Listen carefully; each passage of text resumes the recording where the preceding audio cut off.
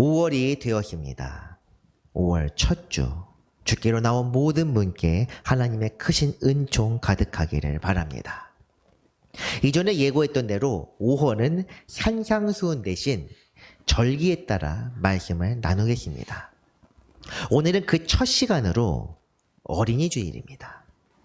오늘 말씀 속에서 영적 순수함 그리고 작은 것, 큰 것 이것이 무엇인지를 분별하고 말씀을 통해 주님의 형상을 회복할 수 있기를 바랍니다.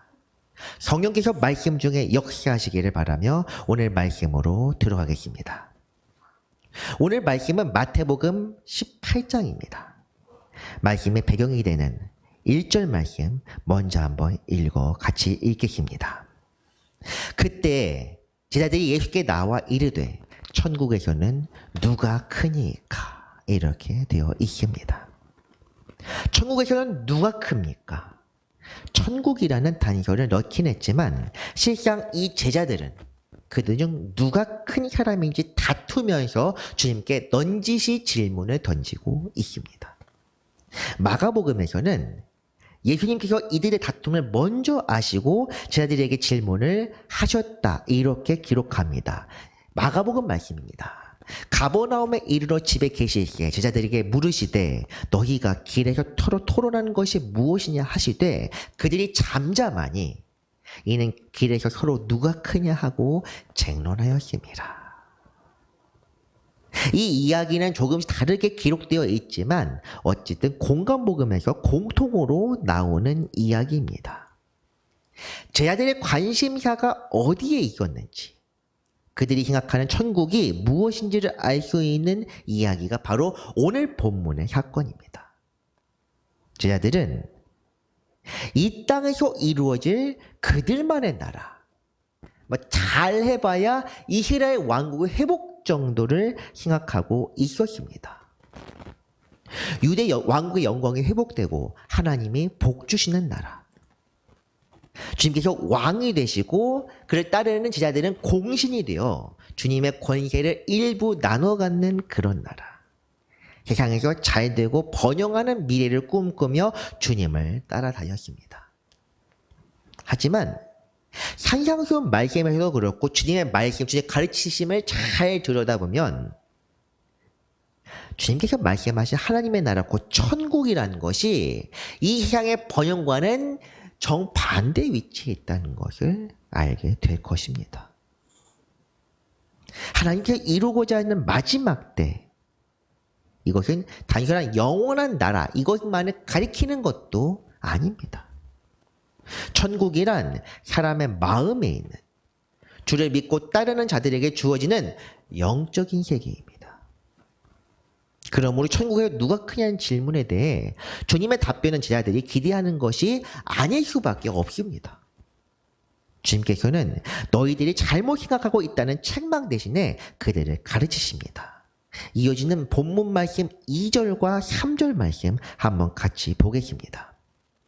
예수께서 한 어린아이를 불러 그들 가운데 세우시고 이르시되 진실로 너희에게 이르노니 너희가 돌이켜 어린아이들과 같이 되지 아니하면 결단코 천국에 들어가지 못하리라.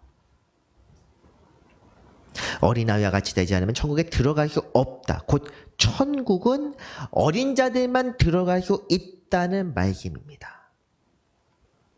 여기서도 천국이란 것이 죽어서 가는 곳이 아니라는 단서가 이미 있습니다. 어려서 죽은 자들이 천국에 들어가는 것이 아니요. 어렸을 때 주님을 믿고 영접한 자들이 가는 곳도 아닙니다. 천국만 그런 것이 아니라 어린아이의 개념도 사실은 나이가 적다는 단순히 그런 것을 이야기하는 것이 아닙니다.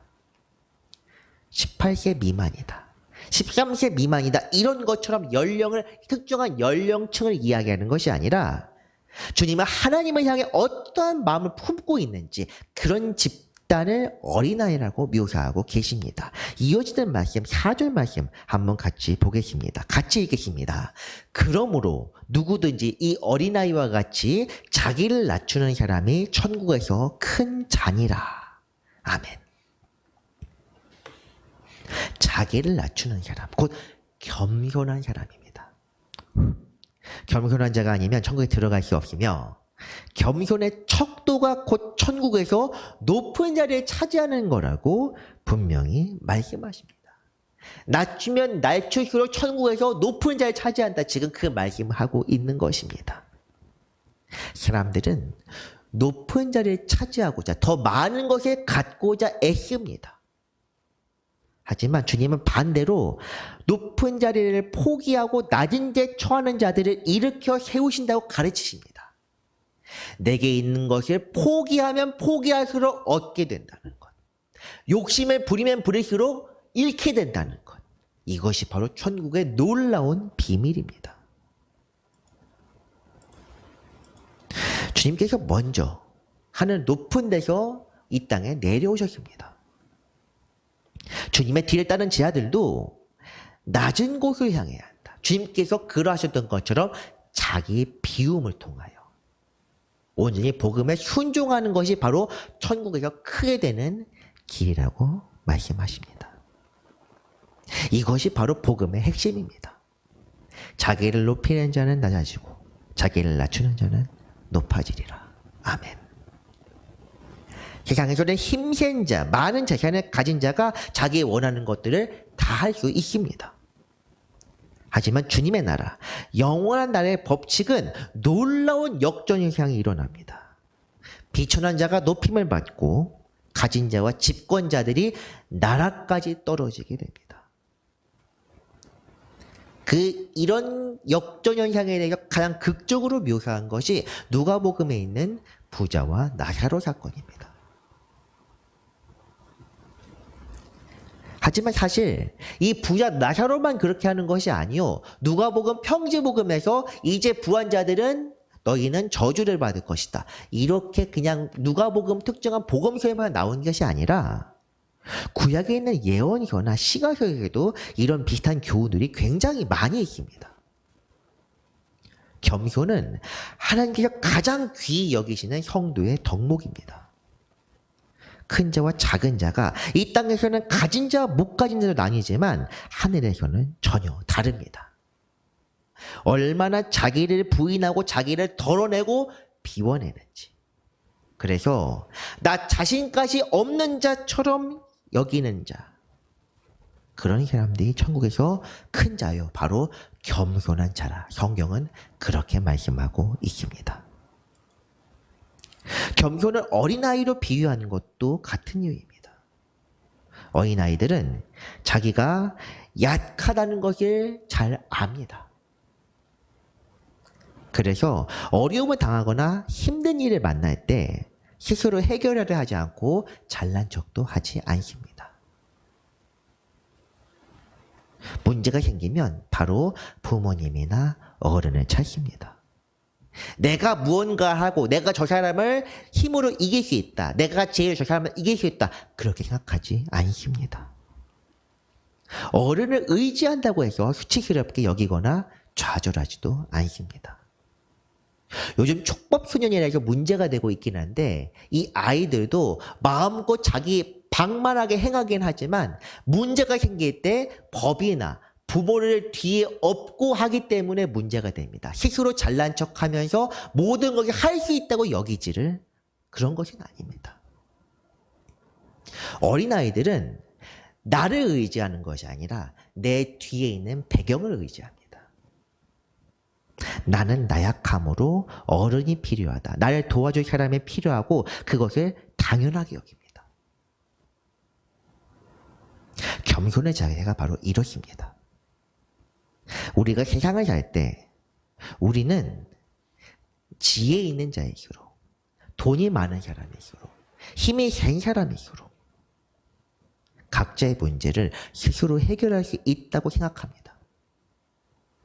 해결할 수 없는 문제가 혹에 닥치면은 갑자기 무언가를 잃어버리거나 아니면 내 능력 밖의 것이 나타난다면 좌절하고 낙심합니다. 그 어디에도 누군가를 의지한다는 개념이 없습니다. 다른 사람들 착취하거나 이용하만 했지 의지하지도 도움을 청하지도 않습니다. 교만해서 그렇습니다. 내가 능력이 있고 지혜가 있고 가지고 있다고 생각하기 때문에 의지하지 않습니다. 의지하는 것이 능력이 없는 것이요, 부끄러운 일입니다.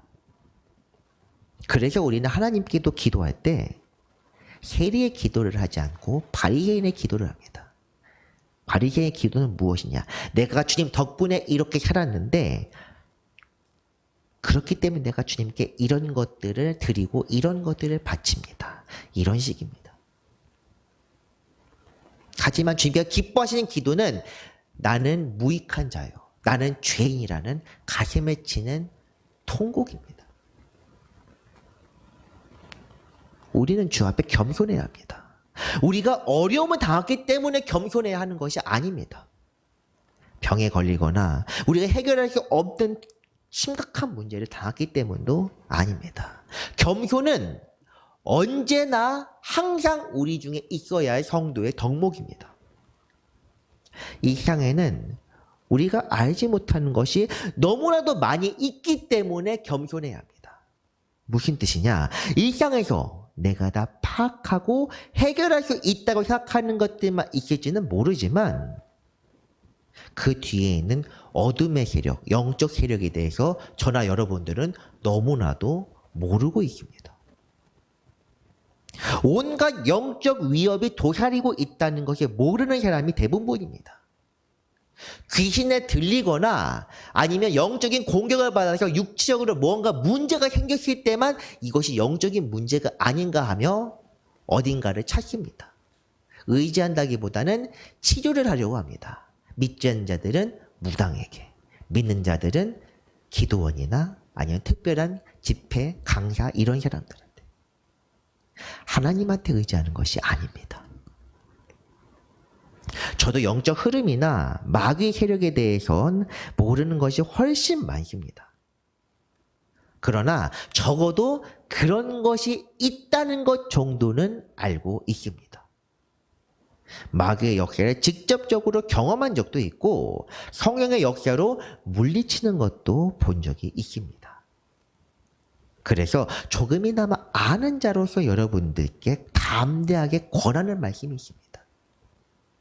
저나 여러분이 매사에 겸손하면, 주님께 모든 것을 맡기고 의지하면 마귀는 우리의 삶에 간섭할 수 없습니다.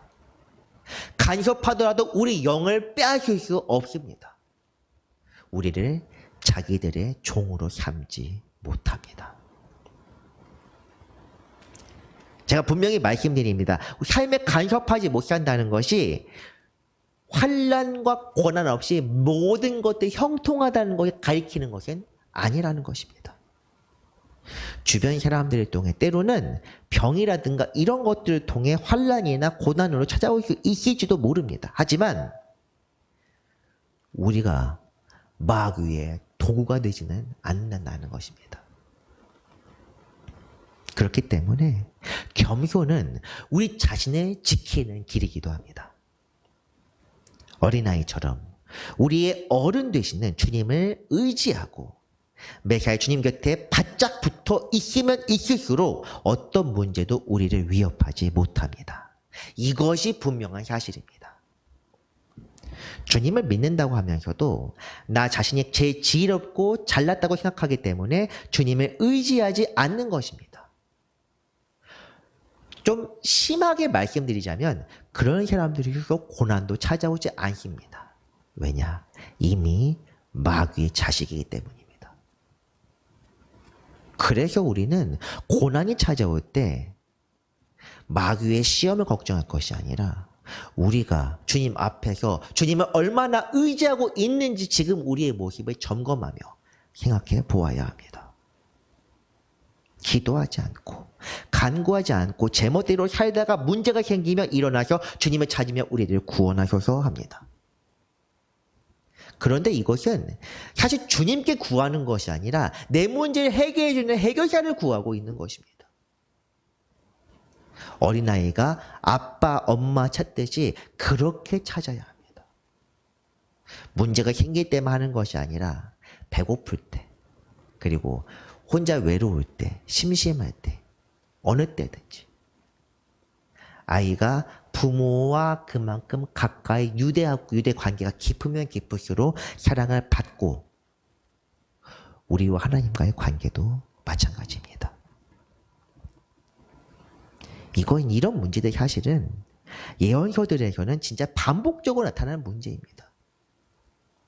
평소에는 자기들의 의미도 자기들의 마음대로 살다가 문제가 생기면 하나님을 찾습니다. 아하스 왕의 경우가 대표적인 경우인데 그 사람은 일반적인 그런 성전에다가 일반적 제사를 드리는 곳에서는 이방신의 제단들을 다 갖다 놨습니다. 하나님의 노제단은 무엇이냐? 하나님께 물을 것이 있을 때만 여기서 드리겠다고 그렇게 선언한 사람입니다. 그것이 아하스 왕 한 사람만의 이야기는 아닐 것입니다. 우리는 어떤지 잘 생각해 보아야 합니다. 겸손은 그러므로 우리의 삶을 지탱하기 위한 안정장치요. 주님의 제자가 마땅히 취해야 할 지혜로운 삶의 양식입니다. 그리고 오늘 말씀에서 또 하나의 교훈이 있습니다. 이어지는 5절과 6절 말씀 한번 같이 보겠습니다.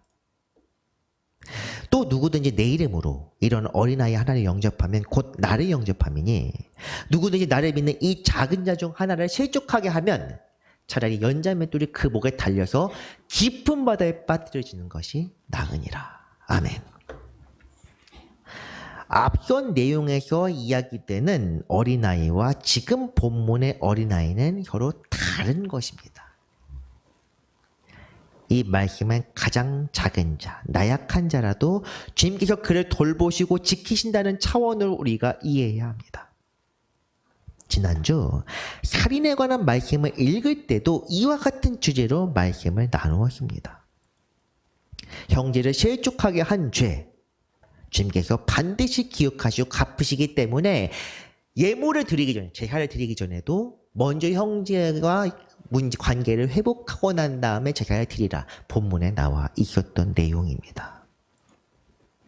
이 주제에 대해서는 지난주 말씀에서 충분히 나누었으므로 따로 말씀드리지는 않겠습니다.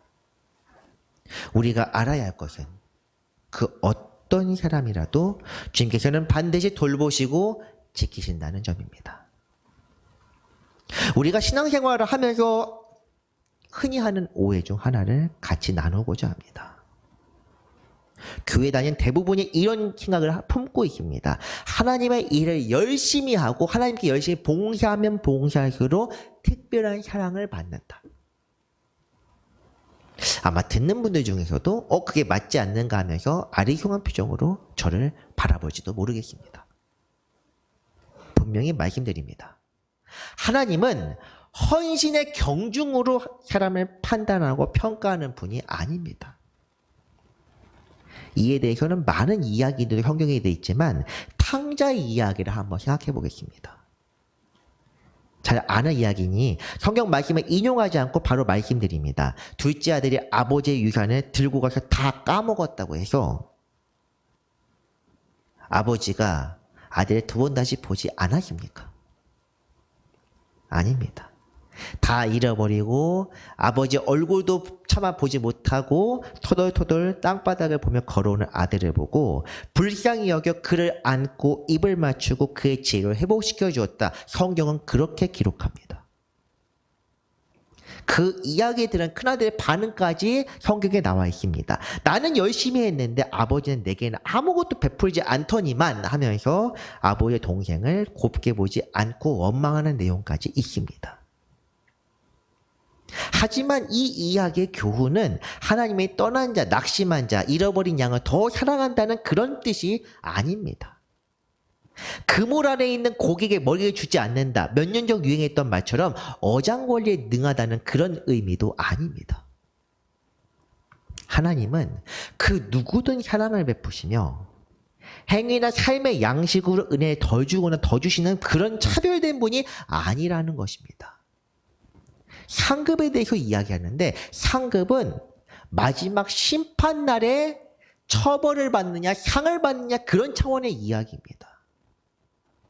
제자들은 천국의 큰 자가 되기 위해서 열심히 주님을 따라다니고 열심히 헌신하고 주님께 잘 보이려고 손을 비비고 있었지만은 주님께서 말씀하십니다. 어떻게 살아야 하느냐, 이런 거 어떻게 너희들이 무엇을 해야지 내 사랑을 받느냐가 아니라 비우는 자가 큰 자가 될 것이다. 이렇게 말씀하십니다.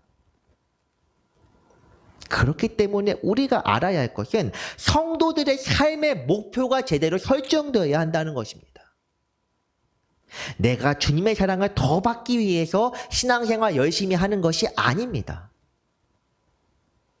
행함으로 상급받기 위해서 이번에 장로도 해보고 권사도 해보고 교회 청소도 열심히 하고 교회에 봉사도 하고 그런 것이 아닙니다. 신앙생활을 열심히 해야 하는 것은 우리가 삶에서 앞으로 나아가지 못하면, 지난 시간에도 말씀드렸지만 진보하지 못한다면 우리의 구원을 보장할 수 없기 때문입니다. 더 큰 상을 받기 위해 열심히 헌신하는 것이 아니라 주님의 은혜에 감사하며 그 은혜에 따라 살고 주님의 뜻에 순종하기 위해서 살아가는데 그 과정이 바로 헌신입니다. 그래서 주님께서는 이렇게 가르치십니다. 열심히 하되 대가를 바라지 말라. 판단은 주님께서 하신다. 참 놀라운 말씀인데 우리는 항상 무엇인가를 이야기할 때 그 대가를 요구하고 합니다. 하다못해 구원이라도. 그런데 주님께서는 구원에 대해서는 항상 하나님께서 선물로 주신 거라 말씀하시고 이것을 잘 보셔야 됩니다. 이와 같이 너희도 명령받은 것에 다 행한 후에 이르기를 우리는 무익한 종이라.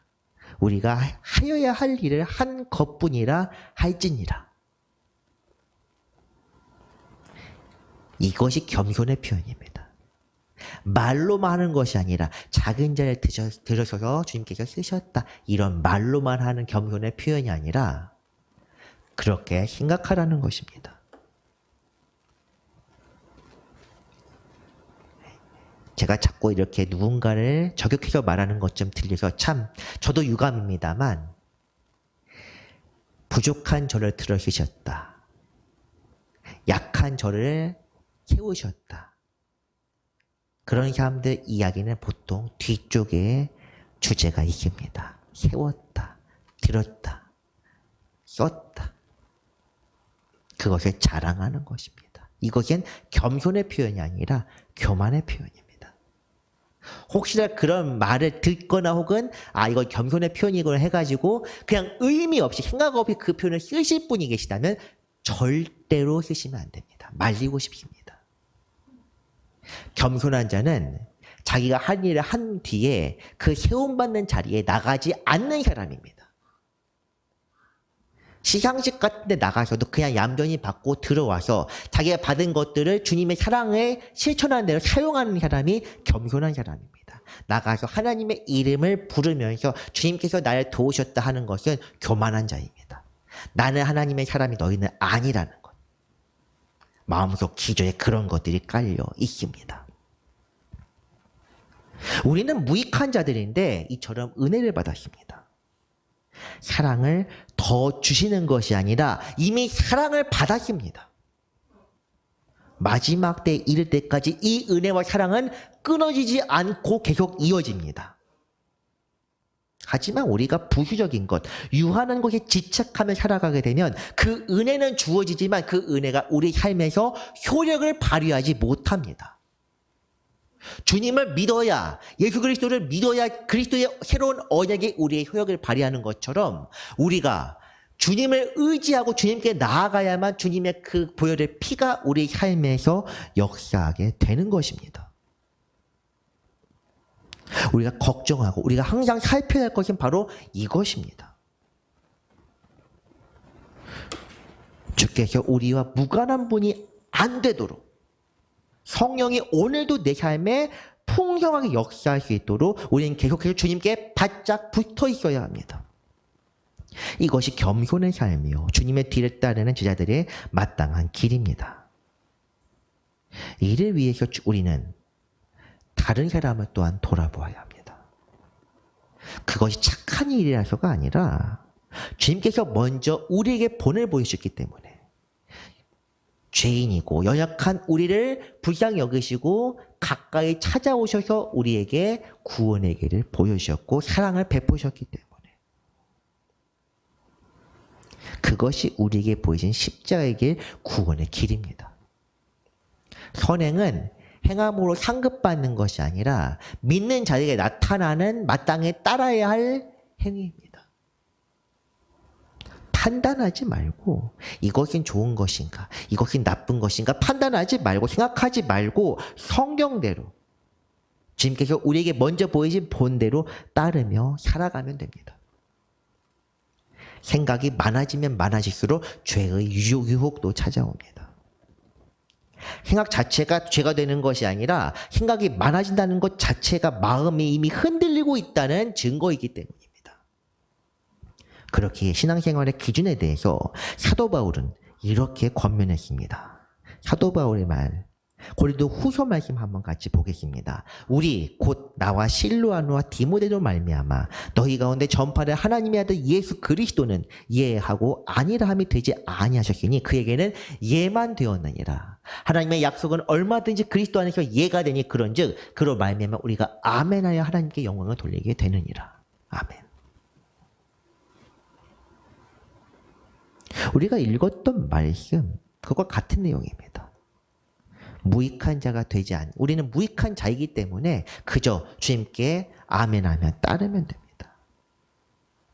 신뢰하는 어른의 말에 따르는 어린아이처럼 그저 네 하며 따르는 사람이 영적으로 천국에서 큰 사람입니다. 재고, 계산하고 머리를 굴려보는 사람은 지혜로운 사람이 아니라 어리석은 사람이요 작은 자입니다. 가장 위대하시고 모든 것을 아시는 우리 아버지 하나님께서 우리에게 계산하면서 은혜를 주신 것이 아닙니다. 사랑하시기에 그저 부족하든 덜 부족하든 다 부족한 자들이지만 그들에게 그저 주셨습니다. 우리도 그 사랑에 보답하여 그저 돌려드려야만 그것이 우리의 삶의 유익이 됩니다. 어린 나이, 작은 자를 돌보라는 오늘 본문의 말씀은 이것과 깊은 관계가 있습니다. 도움이 되고 유익이 되는 사람만 돌아보는 것이 아니라 작은 자, 갚지 못하는 자를 돕는 것이 주 안에 큰 유익이 됩니다. 약한 자를 불쌍히 여기는 마음은 바로 주님께서 우리를 향하여 품으신 자비와 긍휼의 마음입니다. 이것에 따르는 자, 이를 마음에 품은 자가 복된 사람입니다. 어린아이를 돌보고 조건과 대가 없이 우리의 어른 되신 주님을 경외하며 따르는 삶. 이것이 바로 영적으로 어린아이와 같이 되는 삶이요. 주님께서 기뻐하시는 천국 백성의 삶입니다. 말씀을 정리합니다. 천국에서 큰 자는 자신을 낮추는 겸손한 자입니다. 이들은 자기 능력과 지혜를 따르지 않고 주님을 경외하며 의지합니다. 또한 이들은 조건에 따라 움직이지 않고 우리의 스승이신 주님을 따르며 본받아 살아갑니다. 이미 큰 사랑을 받은 자로서 더 큰 것을 욕심내는 것이 아니라 주어진 사명대로 살아가는 사람입니다. 이런 자가 천국에 합당한 자요 천국에서 큰 자입니다. 오늘도 주님을 본받아 살며 어린아이와 같은 순전한 믿음을 품는 모든 성도 되시기를 주님의 이름으로 축원합니다. 기도하겠습니다. 거룩하신 주님, 우리가 어린아이와 같은 마음을 품고 주님께로 나아갑니다. 연약할 때 우리의 죄를 용서하시고 은혜를 베푸신 주님을 생각하게 하시고 날마다 그 은혜 안에 거하게 하여 주옵소서. 우리가 은혜 받은 만큼 베풀 줄 알고 주께서 베푸신 자비와 긍휼의 마음대로 향해서 살게 하여 주옵소서. 연약한 우리를 위해 십자가를 지신 우리 주 예수 그리스도의 이름으로 기도합니다. 아멘.